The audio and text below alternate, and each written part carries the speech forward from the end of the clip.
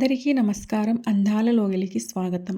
ఈరోజు మనం సుధా ఆత్రేయ గారు రచించిన అపురూప బంధం అనే కథను విందామా మరి? ఇక కథలోకి వెళ్తే, నిన్నటిదాకా శిలనైనా నీ పదము సోకి నీ గౌతమినైనా, నిన్నటిదాకా శిలనైనా నీ మమతావేశపు వెల్లువలో. ఆహా! ఏమి సినిమా, ఏమి పాటలు, ఎంతటి ప్రేమ ఒకట! అందుకే ఈ సినిమా ఇప్పటికీ ఒక దృశ్య కావ్యం. నేను ఇష్టంగా సినిమా చూస్తున్నాను. అమ్మొచ్చి టీవీ కట్టేసింది. తనకెందుకో ఈ సినిమా అస్సలు నచ్చదు. ఎందుకో అర్థం కాదు. అడిగే ధైర్యమూ లేదు. ఎంత చనువున్న అమ్మంటే నాకెందుకో కొద్దిగా భయం. కాలం గడిచే కొద్దీ అర్థమైంది అమ్మకు ఈ సినిమా ఎందుకు నచ్చదు. అమ్మను నిజంగా మెచ్చుకోవాలి. నాకు ఇంత వయస్సు వచ్చే వరకు అసలు విషయం తెలియలేదు. అసలు ఇన్నాళ్ళు ఎలా భరించిందా అనిపించింది. ఇప్పటి వరకు నాన్నగారు ఎక్కువగా ఊర్లు తిరిగే ఉద్యోగం అని, పైగా తను గవర్నమెంట్ టీచర్ కాబట్టి నాన్న మేము వేరు ప్రాంతాల్లో ఉన్నాము అని చెప్పింది. నిజమే కాబోలు అని నమ్మడానికి నాన్నగారు నెలకు 2 సార్లు 2 రోజులు ఉండి వెళ్ళేవారు. వచ్చినప్పుడు నన్ను చాలా ప్రేమగా చూసుకునేవారు. ముగ్గురం చాలా సంతోషంగా గడిపేవాళ్ళము. నాన్న వచ్చాడంటే నాకు పండగే. ఇవాళ అనుకోకుండా నాన్నగారి సెల్ ఫోన్ను ఓపెన్ చేశాను. అప్పుడప్పుడే సెల్ ఫోన్లు రావడం, అందులోనూ నాన్నది కెమెరా ఫోను. ఇందాక నాన్న నావి చాలా ఫోటోలు తీశారు.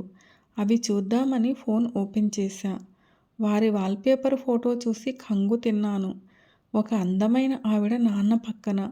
ఉండబట్టలేక ఎవరూ చూడకుండా ఫోటో గ్యాలరీ ఓపెన్ చేశా. ఆవిడతో నాన్నగారి ఫోటోలు. అవన్నీ చూడగానే మనసు మొద్దుబారిపోయింది. ఎవరో నా కడుపులో చెయ్యి పెట్టి కెలికినట్టయింది. వారి ముందు ఏడవలేక ఫోను అక్కడే పెట్టి డాబా పైకి ఎక్కి ఎంతసేపు ఏడుస్తూ ఉండిపోయానో తెలీదు. నాన్నగారి పిలుపుతో కిందకి వచ్చాను. ఇంటర్లో మంచి మార్కులు వచ్చినందుకు నాకో బంగారు గొలుసు బహుమతిగా ఇచ్చారు. ఎంసెట్ బాగా రాయాలని చెప్పి వెళ్ళిపోయారు. ప్రతిసారి నాన్న వెళ్ళిపోతుంటే ఏదో బెంగగా ఉండేది. ఈసారి నాన్న ఎప్పుడు వెళ్తారా అని కాచు కూర్చున్నాను. ఎప్పుడూ ఫోన్లు చేసేదాన్ని, ల్యాండ్లైన్ నుంచి సెల్ ఫోన్లు వచ్చేదాకా. చాలా చక్కగా మాట్లాడేవారు. ఎప్పుడూ అనుమానం రాలేదు. అమ్మా నాన్న చాలా ఒద్దికగా ఉండేవారు. మరి నా కోసం నటిస్తున్నారో లేక నాన్న ఇద్దరినీ సమానంగా చూస్తున్నారో తెలీదు. ఈ ఆలోచనలతో పిచ్చెక్కి టీవీ ఆన్ చేస్తే మేఘ సందేశం. ఇప్పుడు నేనే కట్టేశా టీవీ. ఎప్పుడు ఈ సినిమా చూసినా నాకు జయప్రద నాగేశ్వరరావు అజరామర ప్రేమ కనిపించేది. మొదటిసారి జయసుధ పాత్ర కనపడుతోంది. అవును, ఇంతవరకు ఆలోచించలేదు. తను చేసిన తప్పేంటి? భర్తకు తగ్గ ఇల్లాలే కదా. జగడాల మారో లేక కురూపో కాదుగా. మరి ఎందుకు నిర్దాక్షిణ్యంగా భార్యను వదిలి వెళ్ళిపోయాడు? ఏమో, ఇన్నాళ్ళు ఇటువైపుగా ఆలోచించలేదు. ఇప్పుడు ఆలోచిస్తున్న కొద్దీ అమ్మ పైన ప్రేమ, గౌరవం బాగా పెరిగాయి. తను మితభాషి అనుకున్నా కాదు, ఘనీభవించిన బాధకు ప్రతిరూపం అని అర్థమయ్యింది. నాన్న తనను వదిలి వెళ్ళిన రోజు తను అనుభవించిన బాధ తలుచుకుంటుంటే గుండె చెరువవుతోంది. అమ్మను చూస్తుంటే తెలియకుండానే గుండెల్లో తడి కన్నుల్లోకొస్తోంది. అమ్మను చూసినప్పుడల్లా అనిపిస్తుంది, అమ్మ ఎందుకు నాన్నను నిలదీయలేదు అని. మరి తీసిందేమో. అసలు నాన్న ఎందుకు ఇలా చేశారు? ఏంటో అన్నీ ప్రశ్నలే. అడుగుదామంటే జవాబులిచ్చేవారు ఎవరు? ఇంటికి ఎప్పుడూ నాన్న వైపు బంధువులు రాలేదు. అమ్మ వైపు మావయ్య, అమ్మమ్మ వచ్చేవారు. అమ్మమ్మ పోయాక మావయ్య కూడా రావడం తగ్గించేశారు. నాన్నకు ఎవరున్నారో కూడా తెలీదు. ఎప్పుడు అడిగినా సమాధానం దాటివేత. ఇప్పుడు కనీసం తెలుసుకోవాలని కూడా లేదు. ఉన్నా చెప్పేవారు ఎవరు? నాన్న మాత్రం ఎప్పటిలానే వచ్చి వెళ్తున్నారు. ఇది మా మీద జాలో లేక తన అపరాధభావమో అర్థం కాలేదు. ఈ విషయం నాలో చాలా మార్పును తెచ్చింది. స్నేహితులు వాళ్ళు వీళ్ళు అని ఒకటే వాగుడు కాయస్థానే తెలియని పెద్దరికం వచ్చింది. వీలైనంత ఇంటి పట్టునే ఉండసాగాను, అమ్మకు తోడుగా. బహుశా అమ్మకు అర్థమైందనుకుంటా నాకు విషయం తెలిసిపోయిందని. దాంతో మా ఇద్దరి మధ్య ఒక అపురూప బంధం ఏర్పడింది. తల్లి కూతుర్లకు మించి ఓ అనుబంధం ఏర్పడింది. ఎంసెట్లో మంచి ర్యాంక్ వచ్చింది. హైదరాబాద్లో మంచి కాలేజీలో సీట్ వచ్చింది. అందరూ చేరమని నాన్నైతే చాలా సంతోషపడ్డారు. అమ్మ ఎప్పటిలానే ఓ నవ్వు. ఒకప్పుడు అమ్మది అందమైన నవ్వు అనుకునేదాన్ని. ఇప్పుడు అందులో జీవం లేదని తెలుసుకున్నాను. తన అభిప్రాయం చెప్పమని అడిగా. ఇప్పుడు నువ్వు పెద్ద పిల్లవి, మనసుకు నచ్చింది చెయ్యి అని చెప్పింది. నా నిర్ణయం విని అందరూ ఆశ్చర్యపోయారు. కానీ అమ్మ సంతోషపడ్డదని తెలుసు. ఉన్న ఊర్లోనే ఇంజనీరింగ్ చేరాను. అమ్మను ఒంటరిగా వదిలి వెళ్ళబుద్ధి కాలేదు. తను ఎటూ ఒంటరితనంతో సహజీవనం చేస్తోంది. కనీసం నేనైనా ఒక చిన్న తోడు అనిపించింది. మామూలే, బయటకు చెప్పలేదు, కానీ సంతోషపడిందని తెలుసు. చూస్తూ ఉండగానే నా చదువు 3వ ఏడులోకి అడుగుపెట్టింది. అంతా మామూలుగానే నాన్న రావటం వెళ్ళటం. ఆయన మీద కోపం ఉన్నా తను చూపించే ప్రేమ ముందు ఆ కోపం ఎటుపోయేదో. చాలాసార్లు అడగాలనిపించేది, మాతోనే ఉండిపో నాన్న అని. ఒకసారి అడిగా కూడా. రిటైర్డ్ అయ్యాక తప్పకుండా ఇక్కడే ఉంటాను అని అన్నారు. బహుశా నాకు విషయం తెలీదు అనుకున్నారు కాబోలు. ఒక ఉదయాన ఫోను. అమ్మా నేను ఆ ఊరెళ్ళాము. ఆసుపత్రిలో కొన ఊపిరితో ఉన్న నాన్న క్షమించమని అమ్మను అడిగి నన్ను చూస్తూ అనంత విశ్వంలోకి వెళ్ళిపోయారు. అమ్మ నాన్న కళ్ళు మూస్తూ ఆపుకుందామన్న ఆగని కన్నీళ్లతో అక్కడ ఉండలేక బయటకు వెళ్ళిపోయింది. నేను మాత్రం నాన్నను పట్టుకొని చాలా ఏడ్చేశాను. నిజంగా చాలా మంచివారు. అమ్మ ఎవరి గురించో అడుగుతోంది. బహుశా ఆవిడేమో. నాకు కుతూహలం వేసింది. ఆవిడని చూడాలని అమ్మ వెనకే వెళ్ళాను. అప్పటికే ఆవిడ అనంతాకాశంలో నాన్న కోసం ఎదురు చూస్తూ. మరణంలో కూడా కలిసే. యాక్సిడెంట్ ఇద్దరినీ కలిపి తీసుకెళ్ళింది. మేఘ సందేశంలో జయప్రద నాగేశ్వరరావు మరణంలా ఒకేసారి. మరణం కూడా విడదీయలేదంటూ. ఆశ్చర్యం వేసింది. నిజంగా అజరామరమైన ప్రేమ ఏంటో ఇప్పుడు కొత్తగా అదే సినిమా. కర్మకాండలు ఎవరు చేస్తారా అని చూశా. ఈలోపు వదిన అన్న పిలుపుతో వెనక్కి చూశాను. మన కావ్యనా అని నా వైపు చూశాడు. ఓహో, చిన్నాన్న కాబోలు అని ఒక నవ్వు నవ్వాను. మొదటిసారి చూస్తున్నా చిన్నాన్న అనబడే అతనిని. కర్మకాండలు అవి నిర్వహించారు. అమ్మ వారిస్తున్నా వినకుండా నాన్న ఇంటికి పిలుచుకెళ్ళాడు బాబాయ్. మొదటిసారి నాన్న ఇంటికి. నాకే ఏమీ అర్థం కాని భావన. మరి అమ్మకెలా ఉందో. తను గడిచిన ఎన్ని ఏళ్లలో మనసులోని భావాలను బయటకు కనిపించకుండా దాయడంలో మాస్టర్స్ డిగ్రీ చేసింది. తన మనసుని చదవడం బ్రహ్మతరం కూడా కాదు. ఇంట్లో అడుగు పెడుతుంటే ఏదో తడబాటు అమ్మలో. ఇల్లు చాలా అందంగా ఉంది. ఒక నందనవనం అనొచ్చు. ఎక్కడ చూడు ఆవిడతో నాన్న ఉన్న ఫోటోలు. నాకు అమ్మకు స్థానం లేదనిపించింది. అమ్మ వాళ్ళ పడక గదిలోకి వెళ్ళడానికి ఇష్టపడలేదు. నేనైతే వెళ్ళాను. చాలా అందంగా అమర్చబడి ఉన్నాయి అన్ని వస్తువులు. ఆవిడకి మంచి అభిరుచి ఉన్నట్టు ఉంది కాబోలు అనిపించింది. వెళ్ళబోతున్న దానిని ఒక టేబుల్ మీద నా చిన్నప్పటి నుంచి ఇప్పటి వరకు ఉన్న అన్ని ఫోటోలు ఉన్నాయి. అంటే నాన్న నన్ను ఇష్టపడ్డారు కదా అని ఎక్కడో కొద్దిగా సంతోషం వేసింది. ఈలోపు చిన్నాన్న అమ్మతో అంటున్న మాటలు వినపడి ఈ సంతోషం కూడా నీరు కారిపోయింది. అర్థమైందేమిటంటే నాన్నతో ఆవిడకు పిల్లలు లేరు. ఒకవేళ ఉండుంటే నాన్న ఇంటికి అస్సలు వచ్చేవారు కాదేమో అనిపించింది. ఈ ఆలోచనతో గుండెల్లో కెలికినట్టయింది. బయలుదేరదామని అమ్మ పిలుపు. అమ్మ వద్దని వారిస్తున్న నాన్న ఆస్తికి వారసురాలిని నేనేనంటూ ఏవో కాగితాలు అమ్మ చేతిలో పెట్టారు. ఒక్క వస్తువు కూడా తనకు వద్దని కేవలం ఇంటి తాలూకు దస్తావేజులు మాత్రం తీసుకుంది. బాబాయ్ అమ్మతో ఇంకా ఏవో విషయాలు చెబుతున్నాడు. అమ్మ కేవలం వింటోంది.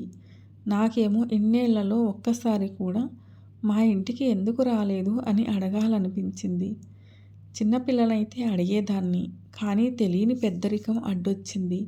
అమ్మని జాగ్రత్తగా చూసుకోమని ఆర్ద్రత నిండిన మనసుతో అమ్మను చూస్తూ చెప్పారు బాబాయ్. ఎక్కడో వారి కళ్ళల్లో సుడులు తిరుగుతున్న కన్నీళ్ల ఆనవాళ్ళు. అమ్మ వైపు చూసా. అదే నవ్వు. నా వైపు, అతని వైపు చూస్తూ. చూపులతోనే వెళ్ళొస్తాను అని బాబాయికి చెప్పి వడివడిగా బయటకు వెళ్ళిపోయింది అమ్మ, నన్ను రమ్మని సైగ చేస్తూ. ఇద్దరమే ఉన్నాము. అమ్మ జాగ్రత్త అని చెప్తున్న బాబాయ్ను ఇన్నాళ్ళు ఎందుకు రాలేదు అని అడిగా. మీ అమ్మ అభిమానం అని ఒక బాధాతప్త హృదయపు నవ్వు నవ్వి, తన అభిమానము ఎంతటిదంటే ఈ ఇల్లు తీసుకోవడానికి కారణం ఈ స్థలం తన తండ్రిది, పసుపు కుంకుమల కింద ఇచ్చారు అని చెప్పి వెళ్ళిపోయాడు. ఒక్క మాటలో ఎన్నో భావాలు. ఇందాక నాన్నగారి పడక గదిలో కాలు మోపని తన అభిమానం ఇవాళ మనసు చూసింది. అవును, నాకు తెలిసినంతవరకు తను ఎప్పుడూ ఇంకొకరి జాలి దయ కోరలేదు. అమ్మ మీద మరింత ప్రేమ పెరిగింది. చాలా కఠినమైన శిలలాంటి జీవనం అమ్మలాంటి వారికి మాత్రమే సాధ్యం. వయస్సులో ఉంది, అందంగానూ ఉంటుంది. ఎంతోమంది చిన్న చూపుల నుంచి నేర్పుగా ఇంత హుందాగా జీవించడం నిజంగా ఓ తపస్సు. ఏంటో మొదటిసారి ఏదో కోల్పోయిన భావన. నాన్న వస్తూ వెళ్తూ ఉంటే నిజంగా సందడే. మరి అమ్మ నాన్న ఎలా ఉండేవారో తెలీదు. ఇప్పుడు అమ్మ ఎలా ఫీల్ అవుతుందో కూడా తెలీదు. తెలుసుకోవాలని కూడా అనిపించలేదు. అడగడం అంటే అనవసరంగా అమ్మను బాధ పెట్టడమే. కాలం ఎవ్వరి కోసం ఆగదు కదా. ఇవాళ చాలా శుభదినం నాకు. క్యాంపస్ సెలక్షన్లో చాలా మంచి ఉద్యోగం వచ్చింది. అది కాదు సంతోషం, అమ్మను ఒప్పించగలిగాను. తన ఉద్యోగానికి రాజీనామా చేసి నాతో పాటు బెంగళూరుకు రావడానికి. మొదట నేనెళ్ళి ఇల్లు చూసి అమ్మను పిలుచుకెళ్ళడమే. ఊర్లో అందరికీ చెప్పేశాము. అమ్మ వాలంటరీ రిటైర్మెంట్కు అర్జీ కూడా పెట్టుకుంది. ఇక జాయినింగ్ లెటర్ రావడమే తరువాయి. నేటికి నాన్న పోయి ఏడాది. వారి ఆబ్దికం బ్రాహ్మలతో చాలా బాగా చేయించింది. నాన్నతో పాటు ఆవిడకు కూడా. కార్యక్రమం పూర్తయ్యాక ఇంటికొచ్చామో లేదో కంపెనీ నుండి ఈమెయిల్లో జాయినింగ్ లెటర్ వచ్చింది. ప్రింట్ తీసి అమ్మకు చూపాను. అంతా చదివి నన్ను హత్తుకొని ముద్దాడింది. మొదటిసారి ఘనీభవించిన హృదయం కరిగి కన్నీరయ్యింది. నాకు ఏడుపు ఆగలేదు. అమ్మ ముఖంలో ఏదో ప్రశాంతత. అలసిపోయా, కాస్త పడుకుంటానంటే సరే అని నేను నా ఫ్రెండ్స్తో చాట్లో మునిగిపోయా. రాత్రి 8 అవుతున్న అమ్మ లేవకపోవడంతో లేపుదామని వెళ్ళాను. అమ్మ ఎంతో ప్రశాంతంగా, ఏదో సంతృప్తి నిండిన ముఖంతో నిద్రపోతోంది. నాకు లేపాలని కూడా అనిపించలేదు. లేపినా లేవదని తెలుసు. ఇప్పటి వరకు ఎంతో బరువు మోసిన గుండె ఇక మోయలేనంటూ మొరాయించింది కాబోలు. శాశ్వత నిద్రలోకి జారుకుంది. అది నాన్న ఆబ్దికం రోజే. ఏడుపు రాలేదు. నన్ను ఒంటరిని చేసి వెళ్ళిందని బాధ ఉన్నా అమ్మ ఇక ఏ బరువు మోయక్కర్లేదు కదా. ఈ మాట కాస్త సాంత్వనను ఇచ్చింది. వచ్చిన బంధువులు అంతా వెళ్ళిపోయారు. తోడుగా నా స్నేహితులు ఉంటామని అన్నారు. వద్దని వారించా. ఇకపై ఎటూ ఒంటరి ప్రయాణం. కనీసం నా మొదటి సంపాదన చూసి పోయింటే బాగుండు కదా. ఎవరిని అడగను. చిత్రంగా నాకు ఏడుపు రావట్లేదు. మొదటిసారి అమ్మ గది తరిచి తరిచి చూసా. ఇంతవరకు ఎప్పుడూ ఒక్కసారి కూడా తన బీరువా తెరిచి చూడలేదు. బరువెక్కిన హృదయంతో మొదటిసారి ఎందుకో చూడాలనిపించింది. డైరీ లాంటివి ఉంటాయేమో అని. కానీ డైరీ లాంటివి ఏమీ లేవు. నాకు తెలుసు తన మనసు ఎవరితోనూ పంచుకోదని, ఆఖరికి తనతో కూడా. కానీ ఒకటి మాత్రం ఆశ్చర్యపరిచింది. ఒక చోట 2 వరుసలుగా అందమైన గిఫ్ట్ ప్యాక్స్ కనబడ్డాయి. వాటిని తెరిచి చూసిన ఆనవాలు కూడా లేదు. అందులో ఒక వరుసలో ఒకటి తీసి చూసా. నాన్న అమ్మ పుట్టినరోజు నాడు పంపిన కానుకలవి. దాదాపు 15 దాకా ఉన్నాయి. అంటే విడిపోయాక కూడా నాన్న ఇచ్చేవారు. అమ్మ భద్రంగా దాచుకుందే కానీ తెరిచి చూడలేదు. ఇటువైపు వరస చూసా. అమ్మ నాన్నకు తన పుట్టినరోజు నాడు ఇవ్వాలనుకుని ఇవ్వని బహుమతులు. నాన్న ప్యాక్ మీద సారీ అని నాన్న దస్తూరి, అమ్మ ప్యాక్ మీద ప్రేమతో అని అమ్మ దస్తూరి. ఎంతగా ఇష్టపడ్డదా అమ్మ నాన్నను అనిపించింది. ఇద్దరి ప్యాక్స్ తెరిచి చూసా. దాదాపుగా ఇద్దరివి ఒకటే. రాధాకృష్ణులు, అందమైన బొమ్మలు. అమ్మ నాన్నకు కొన్న వాచ్, నాన్న అమ్మకు కొన్న వాచ్. ఎన్ని కలిసినా వారు మాత్రం ఎప్పుడూ కలిసి లేరు. చాలా బాధగా అనిపించింది. ఏంటో కొన్ని అనుబంధాలు నిర్వచనానికి దొరకవు. ఊరు వదిలి వెళ్తుంటే చెప్పలేనంత బాధేసింది. అనంత జ్ఞాపకాలను గుండెల్లో దాచుకుని బాబాయ్ సహాయంతో బెంగళూరులో కొత్త జీవితం మొదలుపెట్టాను.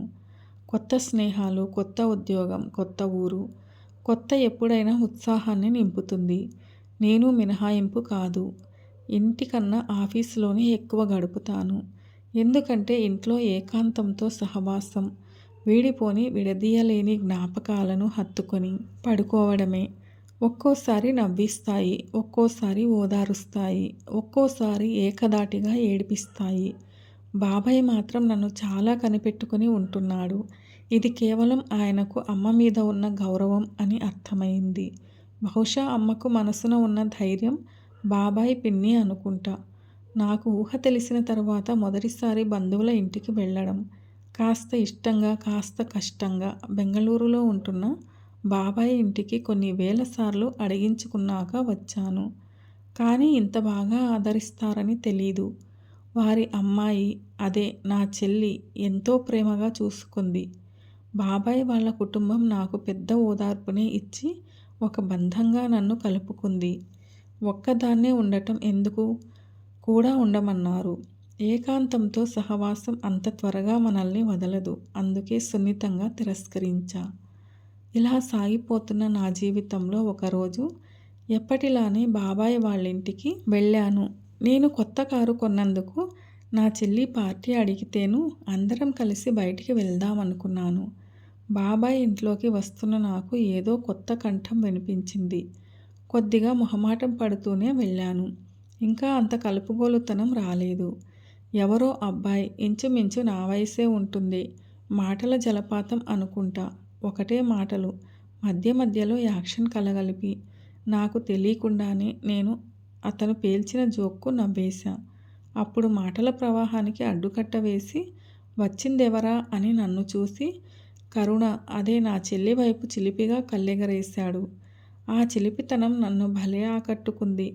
పరస్పర పరిచయాలు ముగిశాయి. కరుణకు వరుసకు బావ, పేరు శశాంక్. నాకు మాదిరే ఓ సాఫ్ట్వేర్ ఉద్యోగి. ప్రవృత్తి కామెడీ షోలు చేయడం. ఇలాంటి ప్రవృత్తి కూడా ఉంటుందా అని మనసులో అనుకుంటున్నట్టుగా పైకే అనేశాను. అదిగో ఇక తన కామెడీకి నేను వస్తువు. చిరుకోపం వచ్చింది. అంతలోనే నవ్వు. ఆపై కడుపుబ్బ నవ్వు వచ్చింది. ఎన్నాళ్ళయింది మనసారా ఇలా నవ్వి. నా మీదే జోకుల బాణాలు సంధిస్తున్న కోపం స్థాని మనసైన నవ్వు విరబోయించాడు. పార్టీ అనుకున్న దానికంటే బాగా జరిగింది. ఇంటికొస్తుంటే బాబాయ్ తలనిమిరి ఎప్పుడు ఇలానే ఉండు అన్నారు చెమ్మగిల్లిన కళ్ళతో. మనసుకు ఎంతో సాంత్వన కలిగించింది. వేరే లేకపోతే అమ్మో ఆ ఊహే భయంగా ఉంది. నేను అమ్మంత స్ట్రాంగ్ కాదు. ఇంటికొచ్చాక అతగాడి గురించి గూగుల్ మాతను అడిగా. మంచి పేరున్న స్టాండప్ కమెడియన్ అని అర్థమైంది. మొదటిసారి కరుణ ఇంటికెళ్తూ అందంగా ముస్తాబయ్యాను. తను వస్తాడేమో అని. అదే శశాంక్. వస్తే బాగుండు కదా అనిపించింది. నాలోని ఈ మార్పు నాకే ఆశ్చర్యం కలిగిస్తోంది. అది తన హాస్యమో లేక వయసు ఆకర్షణనో తెలీదు. ఇంటి బయటే తన హాస్యవల్లరి వినిపించింది. మనసుకు ఇదమిత్తంగా అర్థం కాని ఒక భావన. తన మాటల వరద మనసులో ఎక్కడో గిలిగింతలు పెడుతున్నాయి. తను కారు తేలేదని నాతో నా కారులో ఇంటి వరకు వచ్చాడు. ఇంటికి వెళ్ళే వరకు ఏవేవో కబుర్లు. వాగుడుకాయలు అంటే నాకు పరమ చికాకు. కానీ ఇప్పుడు ఇల్లు అప్పుడే వచ్చిందా అని బాధేసింది. ఇంకాసేపు తను చెప్పే కబుర్ల ప్రవాహంలో కొట్టుకుపోవాలని ఉంది. కానీ ఏం చేద్దాం? నా ఇంటికి ముందు వీధిలోనే శశి ఉండేది. రోజు అప్రయత్నంగానో లేక మనసు చేసే మాయో నేను ఆఫీస్ వెళ్ళే దారి శశి ఇంటి మీదుగా మళ్ళింది.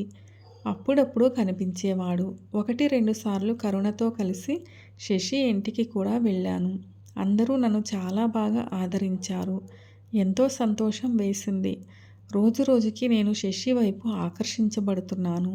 ఇది ప్రేమ లేక మనసుకు సాంత్వన అర్థం కాలేదు. ఒకటైతే నిజం, నాలోని మౌనం కూడా విస్ఫోటనం చెందుతోంది శశి మాటల వెల్లువలో. ఒకరోజు అనుకోని అతిథులుగా పొద్దుటే పిన్ని బాబాయ్ వచ్చారు. ఎన్నడూ లేనిది. మామూలుగా నన్నే రమ్మంటారు. వాళ్ళు రావడం ఒకంత ఆశ్చర్యం కలిగించింది. కుశల ప్రశ్నలు, ఉపచారాలు అయ్యాక పిన్ని నన్ను అడిగింది, శశి అంటే నీకు ఇష్టమేనా అని. నేను అసలు ఊహించని ప్రశ్న అది. భయం వేసింది. నేను తన వైపు ఆకర్షించబడ్డాను అని తెలుసుకున్నారా? నా గురించి చెడుగా అనుకున్నారేమో. ఏం చెప్పాలో అర్థం కాక తలొంచుకున్నాను. బాబాయ్ నా పక్కన కూర్చొని, అమ్మా కావ్య, శశి నిన్ను ఇష్టపడుతున్నాడు అని నాకు అర్థమయ్యి నేనే వాడిని అడిగాను. నిన్ను చాలా ఇష్టపడుతున్నట్టు ఇవాళ రేపో నీకు చెప్పాలనుకుంటున్నట్టు చెప్పాడు. నాకు తెలుసు నీవు ఎలాంటి పరిస్థితులను ఎదుర్కొన్నావో. అవన్నీ శశికి చెప్పాను. నిన్ను బంగారంలాగా చూసుకుంటాను అన్నాడు. వారి తల్లిదండ్రులతో కూడా మాట్లాడాను. అందరికీ నీవు నచ్చావు. కావ్య, శశి నాకు చిన్నప్పటి నుంచి తెలుసు. చాలా మంచి పిల్లవాడు. వాడు నిన్ను ఇష్టపడుతున్నాడు అంటే అందరికన్నా నేనే ఎక్కువ సంతోషపడ్డాను. నీకు ఒక మంచి జీవిత భాగస్వామి కాగలడని నా నమ్మకం. నీ అభిప్రాయం ఇప్పుడే చెప్పొద్దు. బాగా ఆలోచించుకుని కావాలంటే ఒకసారి శశితో కూడా మాట్లాడి నిర్ణయం తీసుకో. నీ మనసుకు ఏమాత్రం ఇష్టం లేకపోయినా వద్దని నిరభ్యంతరంగా చెప్పు. ఇందులో ఎటువంటి ఒత్తిడి లేదు అని శశి గురించి చాలా విషయాలు చెప్పి వసంతాన్ని నా ముంగిట్లో దించి ఆహ్వానిస్తావో తిరస్కరిస్తావో నీ ఇష్టం అని చెప్పి వెళ్ళిపోయారు. వసంత సమీరం తాకితే శిశిరం కూడా చిగురించదా? నాకు వసంతాన్ని ఆహ్వానించాలనే ఉంది. తను నన్ను ఇష్టపడుతున్నట్టు తెలియగానే నిజానికి మేఘాల్లో తేలిపోయాను. ఆ మాట తలుచుకుంటుంటే మనసును ఏదో కొత్త అనుభూతిని తాకుతోంది. అంతే, తెలియని భయం ఆవహించింది. నా మనస్సు పెళ్ళి మాత్రం వద్దని పట్టుపట్టింది. పెళ్ళయ్యాక మోజు తీరో లేక మరొకరిపై మోజు పెరిగో వదిలి వెళ్ళిపోతే, అమ్మో, నేను అమ్మంత ధైర్యవంతురాలిని కాదే. అంతే, ఇక ఆలోచనలు ముందుకు సాగితే కదా ఇది అని తేల్చుకోలేకపోతున్నాను. అదిగో ఇదిగో అంటూ ఓ 2 వారాలు దాటేశా. శశి ఇంటి ముందు నుంచి వెళ్ళడం కూడా మానేశా. బాబాయ్ పిన్ని ఏమనుకున్నారో అడగటం మానేశారు. నాకు ఇష్టమే, చాలా ఇష్టమే, కానీ వద్దు. అమ్మ వాళ్ళు విడిపోవటానికి కారణం ఏదైనా కావచ్చు, కానీ వద్దు. ఇప్పుడు ఒంటరిగానే బాగానే ఉన్నాను. అమ్మో, అమ్మలా నా వల్ల కాదు. ఇక చేసేది ఏమీ లేనట్టు పాపం పిన్ని వాళ్ళు అడగటం మానేశారు. దాంతో మనసును ఏదో నిస్సత్తువ ఆవహించింది. 2 రోజులు ఆఫీస్కు లీవు పెట్టి ఇంటి పట్టునే ఉండిపోయా. పడుకోవాలని, వండుకోవాలని కూడా అనిపించలేదు. అలా అని బయటకు వెళ్ళాలని లేదు. స్విగ్గీకి బిర్యానీ ఆర్డర్ చేసి ఏవో పాత జ్ఞాపకాలను మేఘ సందేశం సినిమాతో కలిసి నెమరేసుకుంటున్నాను. ఏమిటో ఈ సినిమా నాకెప్పుడూ అంతుబట్టదు. ఈసారి సినిమా నా మనసులా కల్లోలంగా ఉంది. ఈలోపు బెల్ మోగితే వేడి వేడి బిర్యానీ కోసం ఎన్నాళ్ల నుంచో వేచిన దానిలా పరుగుపెట్టా. ఆత్రంగా తలుపు తీస్తే ఎదురుగా శశి. ఎదురుగా బిర్యానీ ప్యాకెట్లతో. అసంకల్పితంగా లోపలికి రమ్మన్నట్టుగా తలుపుకు అడ్డంగా ఉన్న నేను పక్కకు జరిగా. మొదటిసారి శశి మా ఇంటికి రావడం. ఏదో భయం, కానీ చాలా సంతోషం. మనసుకు నచ్చిన వాడితో కలిసి ఇష్టమైన బిర్యానీ తినటం తలుచుకుంటేనే ఏదో ఆనందం. ఎంత ఆనందం అంటే కాలం ఇక్కడే ఆగిపోతే బావుండు అనిపించే అంత. తనే చనువుగా వంటగదిలోకి వెళ్ళి 2 ప్లేట్లలో బిర్యానీ వేసుకుని టీవీ ముందు పెట్టి అంతకన్నా చనువుగా నా చెయ్యి పట్టుకుని పిలిచికెళ్ళి నన్ను కుర్చీలో కూర్చోబెట్టి మొదటి ముద్ద తనే నా నోట్లో పెట్టాడు. విచిత్రంగా నేను కలలో కోరుకుందే జరుగుతోంది. తినడం ముగించాక లాంగ్ డ్రైవ్ వెళ్దామా అన్నాడు. సరే అని ఇద్దరూ బయలుదేరాము. ఎప్పుడూ మాటల వరదలా సాగి పారిస్తుండే శశి నా గాలి సోకి మౌనంగా అయిపోయాడు. ఏమిటో కారుని నందీల్స్ వైపు పోనిస్తున్నాడని అర్థమైంది. కొండ మలుపుల్లో ఒకచోట కారుని పక్కకు ఆపి దిగమన్నట్టు చెప్పాడు. మొదటిసారి నేను తన కారులో రావడం. కొండమాటున ఒక చెట్టు నీడలో ఇద్దరం కూర్చున్నాము. చాలాసేపటికి భయంకరమైన మౌనం తర్వాత తనే అడిగాడు, ఎందుకు పెళ్ళికి వద్దన్నావు అని. నాకు తెలుసు ఇది అడగటానికే ఇక్కడకు పిలుచుకుని వచ్చాడు అని. మౌనం నా సమాధానం. కావ్య, నాకు తెలుసు నీవు కూడా నన్ను ఇష్టపడుతున్నావని. నేను నిజంగా నిన్ను ఇష్టపడుతున్నాను. నీవంటే చాలా ప్రేమ నాకు. నేనేమైనా జాలి దయ అనుకుంటున్నావేమో కానీ కాదు. నిన్ను మొదటిసారి చూసినప్పుడే క్లీన్ బౌల్డ్ అయ్యాను. Love at first sight. నా షోస్కు ఎక్కువగా అమ్మాయిలే వస్తారు. నా షోస్ నచ్చి చాలామందే ప్రపోజ్ చేశారు. కానీ నా మనసెందుకో ఎవ్వరికీ కనెక్ట్ కాలేదు. ఇదేదో నేను గ్రేట్ అన్న ఉద్దేశంతో చెప్పటం లేదు. నిన్ను చూసిన మొదటిసారే నీకు నేను కనెక్ట్ అయ్యాను. ఎందుకు ఏమిటి అంటే నా దగ్గర సమాధానం లేదు. బహుశా నీ మాట్లాడే కళ్ళు కావచ్చు, నీ మౌనం కావచ్చు. ఏమో ఇది అని చెప్పలేను. మొత్తంగా నీవు నచ్చావు అంతే. నీకోసమే కరుణ వాళ్ళ ఇంటికి వచ్చేవాడిని. నీతో కలిసి రావాలని కావాలని కారు తెచ్చేవాడిని కాదు. ఇంకా ఇలా ఏవేవో చెప్తున్నాడు. ఆనందం కళ్ళల్లో నుంచి వరదై పొంగడానికి సిద్ధంగా ఉంది. చెప్పడం ఆపి మైమరచి వింటున్న నన్ను పిలిచి, చెప్పు, నీలో ఉన్న భయమేమిటో చెప్పు. నేను క్లియర్ చేయడానికి సిద్ధంగా ఉన్నా. నాకు తెలుసు నీవు నన్ను ఇష్టపడుతున్నట్టు. అదిగో నీ ప్రమేయం లేకుండా జారుతున్న ఆ కన్నీళ్లే సాక్ష్యం అని తను చెప్తే కానీ తెలియలేదు కళ్ళు వర్షిస్తున్నాయని. అంతగా తన ప్రేమలో తడిసి ముద్దయిపోయాను. ఏమి చెప్పాలో తెలియక మాటలు రాక అనంతాకాశాన్ని చూస్తూ ఉండిపోయా. మళ్ళీ తనే, నాకు తెలుసు నీ భయం ఏమిటో. చూడు కావ్య, నీకు తెలియంది కాదు. రోడ్డు మీద యాక్సిడెంట్ మూలాన ఎంతోమంది చనిపోతూ ఉంటారు. అంత మాత్రాన రోడ్డుపై నడవడం మానేస్తామా? నిజమే, మనసుకు తగిలిన గాయం మానడం కొద్దిగా కష్టం, భయం సహజం. అంత మాత్రాన జీవితాంతం ఇలానే ఉంటాను అంటే ఎట్లా? ఒక్కసారి నీ భయాన్ని దాటిరా. ఎప్పుడూ మనసైంది భయానికి అవతల వైపే ఉంటుంది. సరే, ఒక పని చేద్దాం. నేను ఎప్పటికీ నిన్ను విడిచిపోను అని ఒక ప్రామిసరీ నోటు మీద రాసిస్తా. ఒకవేళ నిన్ను వదిలి వెళ్ళినా, వేరొకరి వైపు కన్నెత్తి చూసినా నాకు మరణశిక్ష వేసే అధికారం నీకు రాసిస్తాను. సరేనా అని ఇంకేదో చెప్పబోతున్నాడు. ఇంకేమీ వినలేను అని గట్టిగా కౌగిలించుకున్నాను. ఎప్పటికీ నీ తోడు కావాలంటూ. సూర్యుడు మా మధ్య అడ్డు ఎందుకు అనుకున్నాడో ఏమో మబ్బుల చాటుకు వెళ్ళిపోయాడు. నా నిర్ణయానికి అమ్మ అంగీకారం తెలిపినట్లు ఉంది. ఆకాశం మెరిసింది. అమ్మ దీవెన జల్లై కురిసింది. అమ్మ మళ్ళీ నా కోసం నా కడుపున పురుడు పోసుకుంది. ఎప్పటికీ నాతోనే ఉంటానంటూ, ఒక అనుబంధానికి సాక్ష్యంగా. సుధా ఆత్రేయ గారు రచించిన అపురూప బంధం కథ ఎలా అనిపించింది మీకు? నచ్చిందా? కథ నచ్చినట్లయితే వీడియోను లైక్ చేయండి, మీ ప్రియమైన వారందరికీ షేర్ చేయండి. అలాగే మన ఛానల్ను సబ్స్క్రైబ్ చేసుకోవడం అస్సలు మర్చిపోవద్దు.